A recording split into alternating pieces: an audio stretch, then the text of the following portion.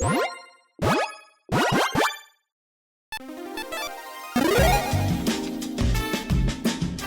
and welcome to the Commander's Quarters. I'm your host Mitch, glad to have you here. Here at the Commander's Quarters, we're all about Commander on a budget. Today's episode is going to be a $50 deck tech. When I say $50, I mean that is an overall deck cost. Both shipping and commanders that are $10 or less are going to be included in that cost, but basic lands will not be. Decks on this channel are built to be fun, inexpensive, and focused. If you want to learn more about what a focused commander deck is, check out this video here. On this deck tech, I'm going to take you through its strategy, the tactics, and how this deck wins. This show and episodes like this one are possible thanks to viewers like you. If you're looking for an easy way to help support this show, make sure that you like, share, and subscribe. Also, hit that bell notification icon so you don't miss any new episodes. And while you're at it, subscribe and review our podcast as well. You can also go check out our playmats and other merchandise at thecommandersquarters.com. Another easy way to support this show is with our TCGplayer affiliate links. So whether you're buying a deck or individual cards, you can use this general link right here or one in the description. And the final way that you can support this show is by supporting us directly by becoming a patron. There are many benefits to being a patron, and I truly couldn't do this without all of their support. Today's episode comes to you courtesy of Dylan. Dylan is a patron at the Golden Pig tier and has been supporting this channel for over a year now. I truly couldn't do this without amazing patrons like Dylan. For the personalized deck tech, Dylan chose Kynaios and Tiro of Meletis. He wanted this deck to be a birthday gift for his wife. She wanted a pigs in a blanket deck since pigs are her favorite animal. So he wanted this deck to focus on the art of each card, focusing on cute animals or something of that nature. So I believe this is actually the first deck on this channel that I'm going to be featuring that's not actually focused on winning. The purpose of this deck is going to be to show off the cute animals in the art. But back to the commander real quick. Kynaios and Tiro are a 2/8 human soldier that costs red, green, white, blue. They have at the beginning of your end step, draw a card. Each player may put a land card from their hand onto the battlefield, and each opponent who didn't draws a card. So this commander can help all of our opponents draw cards or ramp and help us do both. The more cards that we draw, the more cute animals we're going to be finding. And because this commander is 4 colors, it gives us access to a ton of cards to choose from. So our strategy for this deck is pretty simple. We're only going to use cards that depict a cute creature. I did make an exception for the lands, so hopefully that's okay. And then how this deck wins is really not that important because, again, that's not the purpose of the deck. But if we happen to win, it's probably because we overwhelmed our opponents with cuteness. As with all Commander's Quarters decks, I'm going to take you through 10 different tactics that show you how the deck works and how we're going to win with it. So let's start things off with tactic number 1, this little piggy. Now, unfortunately, there are only so many cute pig cards in Magic. Some that I found were Brindle Shout, Outland Boar, and Wolf's Quarry. If our cute little Brindle Shout happens to die, we get a 3/3 to replace it. And then Outland Boar can't be blocked except by creatures with power 2 or less. Wolf's Quarry is going to create 3 1/1 green boar creature tokens with, when this creature dies, create a food token. So that's pretty cute, but a bit morbid as well. And of course, since we're going to be including pigs in this deck, we want to use Curse of the Swine. It allows us to take some of our opponent's ugly creatures and replace them with some cute pigs. And for the first time ever, the Golden Pig of this deck is actually not going to be a card in the 99 technically. Because the Golden Pig of this deck is the very cute pig token that Curse of the Swine creates. How can your opponents be upset when they get a bunch of tokens that are this cute?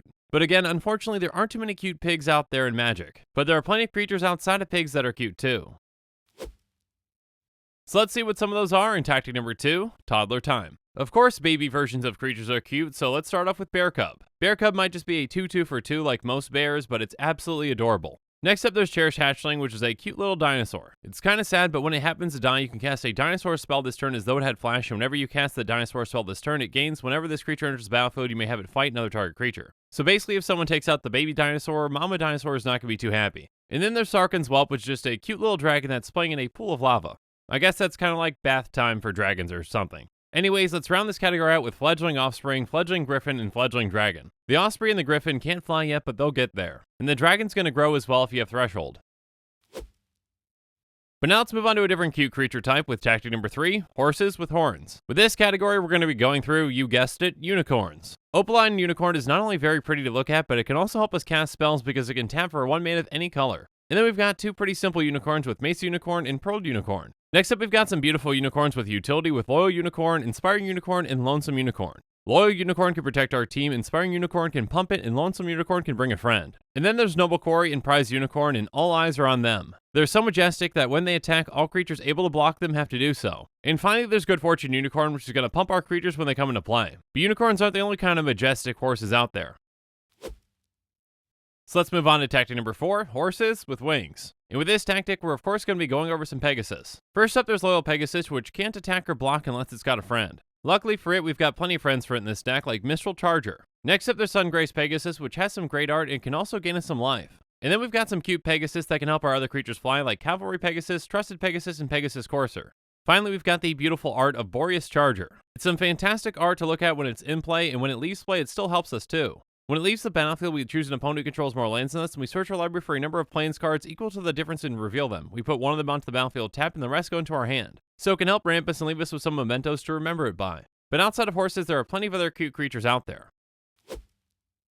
So now let's move on to attack number 5, Feline Friends. Some of the cats that we're going to be running are Charmed Stray, Sacred Cat, and Steppe Lynx. Sacred Cat you can actually kind of get back since it has Embalm, but it's going to be a zombie version of it. And a Mummy Cat is kind of pretty cute still. And then Steppe Lynx can grow whenever a land comes into play under your control. Next up, we've got some cats that want to help out with Hungry Lynx and Generous Stray. Hungry Lynx is going to give all your cats protection from rats. And then at the beginning of your end step, target opponent creates a 1/1 black rat creature token with Death Touch. But whenever a rat dies, you put a ++1 counter on each cat you control. So this cat might create a rodent problem, but it can also help deal with it. And then Generous Stray is going to help you out by drawing you a card when it comes into play. Finally, in this category, we've got a cat monkey with Scrounging Bandar. This cute cat monkey seems pretty curious. It comes into play with some counters and you can move those around to share the wealth. But if we've got cats in this deck, of course we've got to run something else in our next tactic. So let's move on to tactic number 6, the Bestest Boys. First up, we've got some of our dogs with Resolute Watchdog, Snowhound, and Zodiac Dog. Both Resolute Watchdog and Snowhound can help us protect a creature. And Zodiac Dog seems to be pretty adventurous since it has Mountain Walk. Next up, we've got a good boy who enjoys a game of fetch with Chalkum Retriever. It has whenever we cast a spell during our turn, we untap target creature. And finally, we've got some cards that feature one of the cutest dogs in Magic with Mawu. In the 2 Planeswalker cards, Mawu is featured as a tiny pup, and then he's not so tiny in the next one. But although Mawu Loyal Companion is a bit bigger, it's still very cute in my opinion. After going over some cats and dogs though, what's next? It's time for us to move on to tactic number 7, it's Elementary. So in this tactic, we're going to feature some really cute elementals. First up, there's Shinewind, which looks like a little sheep that's got some butterfly wings. And if we need to, we can have it destroy an enchantment for us. And then there's Dawnfluke, which I'm not sure exactly what it is, but it looks pretty cute. Some kind of a fish thing, I think. But anyways, it prevents 3 damage that would be dealt to our creature or player this turn. Next up, we've got Ethereal Whiskergill, which looks like some kind of a newt-ish, but it can't attack unless defending player controls an island. And finally, perhaps the cutest of all these is Lucent Limited. So elementals, while a bit strange, can be very cute, but not every single one of our creature types has multiple ones for this deck.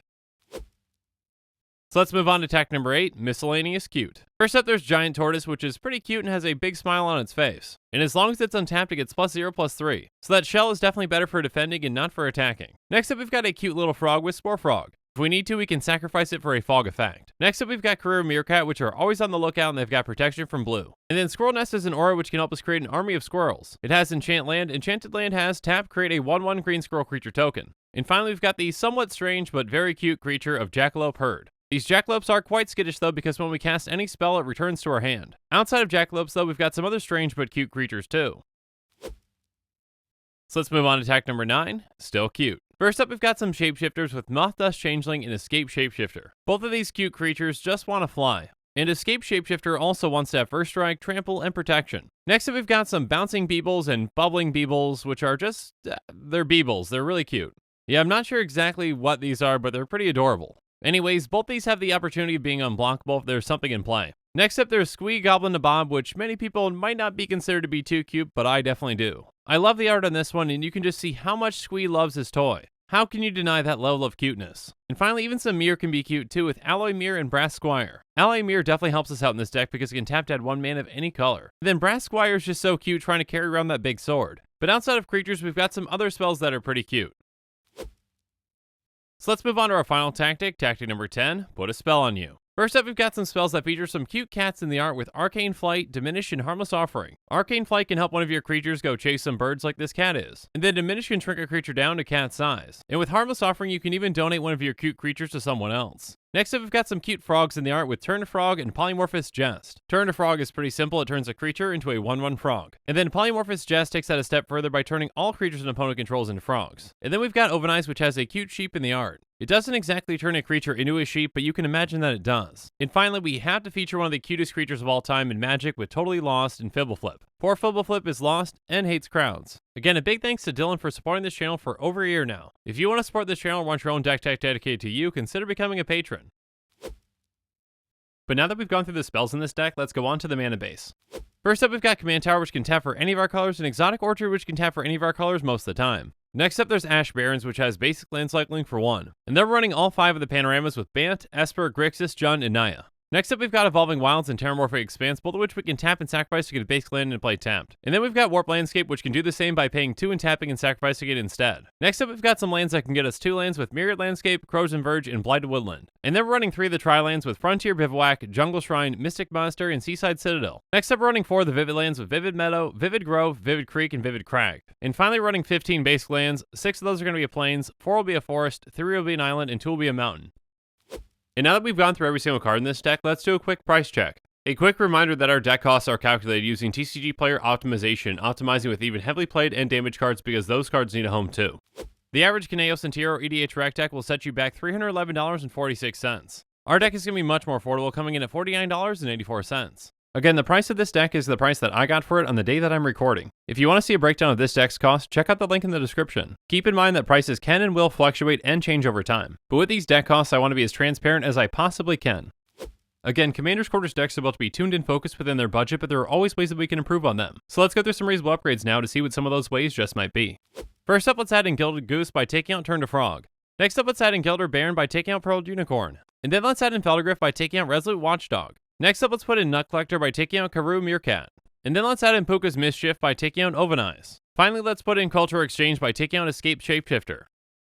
And now it's my turn to hear from you. So in the comments below, let me know what you think about this deck and what you think about the commander in general. And make sure you're following us on social media for more updates and sneak peeks on future episodes. Again, a huge thank you to my patrons who help make this show possible. I truly couldn't do any of this without your support. If you want to support this channel directly, consider becoming a patron. There are many benefits to being a patron, including being able to vote on future commanders for deck techs. There are even tiers where you get your own personalized deck tech dedicated to you. You can check out all the Patreon tiers and rewards at patreon.com/commandersquarters. If you haven't already, make sure that you like and subscribe to the channel. Here at the Commander's Quarters, we're all about budget commander. So while you're at it, go ahead and check out some of our other types of episodes. And with that, I'm out of here. Thanks again and have a good one.